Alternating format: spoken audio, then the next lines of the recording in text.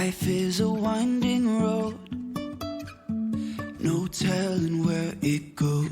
Hey guys, Amber here with the Maple family, and today I have another how to play video. Today we're going to be learning how to play Outnumbered. This is a cooperative game for 1 to 6 players, and it's put out by the publisher Genius Games. It is recommended that players are at least 8 years of age, and gameplay takes about 20 to 30 minutes. So let's head down to the table and I'll show you how to play Outnumbered. In the game Outnumbered, we will be playing as heroes. We'll be using these 3 dice here to come up with different combinations in order to defeat villains. Now these villains are trying to take the Infinity Generator. The generator is what provides power to Megatropolis. The ringleader of them all is Absolute Zero. He wants the Infinity Generator and the powerful weapon for himself. So our job is to ensure that the Infinity Generator can travel safely to its secure location. The first thing you're going to want to do is place the game board in the center of the play area. Then take the Infinity Generator truck and place it on start.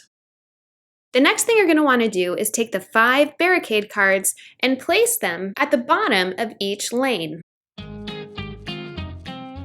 Keep in mind, these barricade cards are double-sided.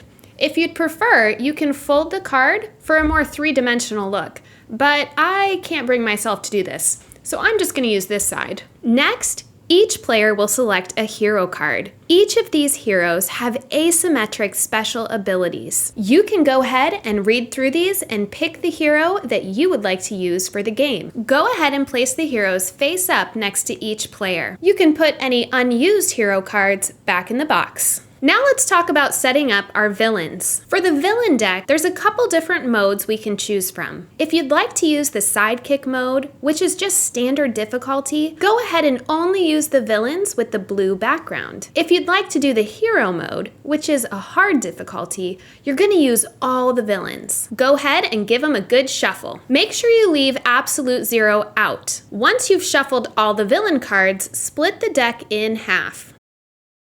You're going to want to place Absolute Zero on the bottom half of your villain deck. This will ensure that Absolute Zero doesn't come out too early in the game. Now for the game we're playing, let's go ahead and just do the sidekick mode, which is just the villains with the blue background. We can go ahead and put the purple background villains and Absolute Zero back in the box. You're going to want to place 1 villain on each of the top spaces. Now let's talk about bonus power. Go ahead and give this deck a shuffle. At the beginning of the game, each player will get 1 bonus power.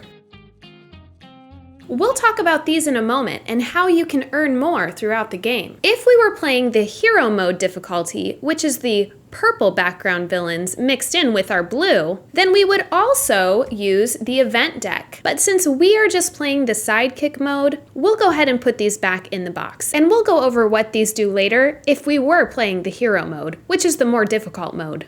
Now we're all set up to play our 3-player game of Outnumbered. After each player takes their turn, the Infinity Generator vehicle is going to move down 1 position. This will either initiate a villain turn or the next player's turn. Before we get into villains' turns, let's go over a hero's turn and what that looks like. The very first thing you're going to do on your turn is roll your 3 dice. Your goal is to use your dice to match the numbers shown on the villain cards. To help us do this, we have 3 different ways we can manipulate the dice. The first thing we can do are our basic math operations: add, subtract, multiply, and divide. So for instance, if I want to get rid of villain 11 and I've rolled this combination of numbers, I could do 4 times 3, which is 12, minus 1, would give me 11. And I could remove this villain from the game, placing it in our villain discard pile. The second thing you can do is called power up values. This basically is just squaring a number, which means multiplying a value by itself. So let's take a look at a couple different ways you could do this. I could simply square this 4 here. So 4 squared is 4 times 4, which is 16. I could also do it here by adding 3 plus 1, which is 4, and also square this total. So 4 squared is 16.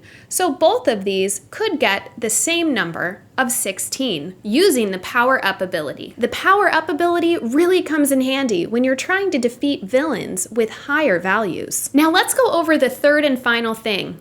Once per turn, you may use your hero power. Let's look at a few we have selected for this game. We can see here that this player will be allowed to subtract 1 or 2 from a value. This hero will allow us to flip a dice to its opposite side. And this hero allows us to double a value. Now, these hero powers are pretty powerful, but just remember, you can only use them once per turn. Now, the 3 abilities we just went over can be used in any order and combination, but you can only use each die once. As we stated, defeated villains are discarded to our discard villain pile. After you use all 3 dice, or maybe there's no other combinations you can use with your dice, your turn is over, and the next step is for the infinity generator to move down. But before we get to the infinity generator, let's talk about these bonus powers. Remember, each hero received a bonus power at the beginning of the setup. At any time on your turn, you can use your own bonus power to defeat a villain. If you're looking to gain more bonus powers, if you defeat a villain who is on a yellow space, you'll receive another bonus power. Any bonus powers you receive, you can play immediately or save them for later, but you can only play bonus powers on your own turn. Now let's talk about the infinity generator. After each player's turn, this will move down 1 space. There's 2 different icons we're gonna see on the infinity generator path. One is going to be an empty circle like this. That simply means that you pass the dice to the player on your left, and it's their turn. The other spaces you're going to see on the infinity generator truck path are these orange attack spaces. When the truck moves into one of these spaces, it means it's time for the villains to attack. So now we're ready to see what happens when the villains attack. Let's head back down to the table and I'll break down these steps for you. The first thing you're gonna do on a villain's attack is advance all villains 1 space down, closer to your barricade line. The second step of a villain's turn is to refill the top spaces of each lane with a new villain. Now, if we were playing hero mode, which is the more advanced version, you would also draw an event card and resolve its text. Some may have no effect, while others may have you adding new villains to the red spaces on the board. Event cards may also have you move certain villains up 1 space. For instance, you may find event cards like this, that have you advance all villains with either even or odd numbers. But remember, this event step only takes place if you are playing the hero mode. Now you may be asking, what if I need to move a villain down a space, but there's already a villain in that space? Whenever villains move forward, they will simply push any villains directly in front of them down 1 space as well. The last thing we need to cover is our barricade row. The first time a villain reaches the bottom of each lane, you're going to discard the villain and your barricade. You're safe for now, but your defenses have been compromised and you now have an opening for villains to go through. If a villain does go through an opening where a previous barricade has been removed, the villains have taken the generator and the heroes lose the game. Players are going to continue taking turns just like this, and after each of their turns and the villain's turn, they will continue to move the infinity generator truck down 1 space. Once your truck reaches the bottom of the path, you will find the lab. When the truck reaches the lab, this is called the final assault. There will be no new villains or event cards, but you will immediately advance all villains 1 space down.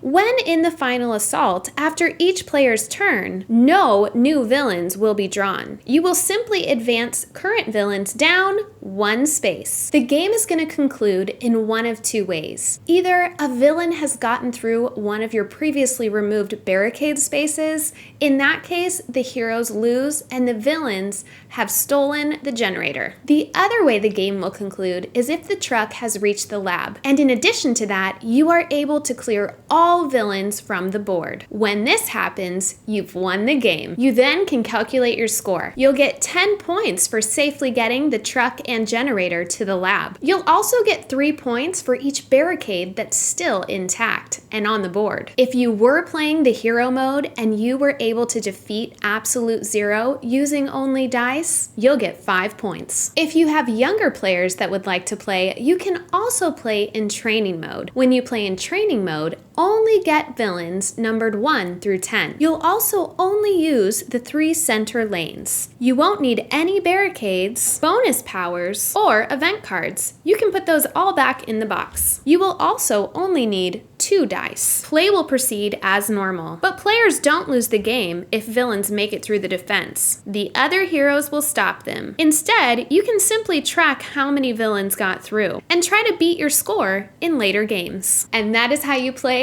Outnumbered Improbable Heroes. Thank you so much for joining me as I walked you through this great mathematical cooperative game put out by Genius Games. As usual, the components and artwork are simply wonderful. Thank you so much for taking time to watch, and I hope you have a better understanding on if Outnumbered Improbable Heroes is a great fit for your gaming table. I would definitely recommend this for families whose children need some help with their math but want to do it in a fun and creative way. If you haven't already, give this video a thumbs up and be sure to subscribe. We'll see you later. Life is a winding road, no telling where it goes.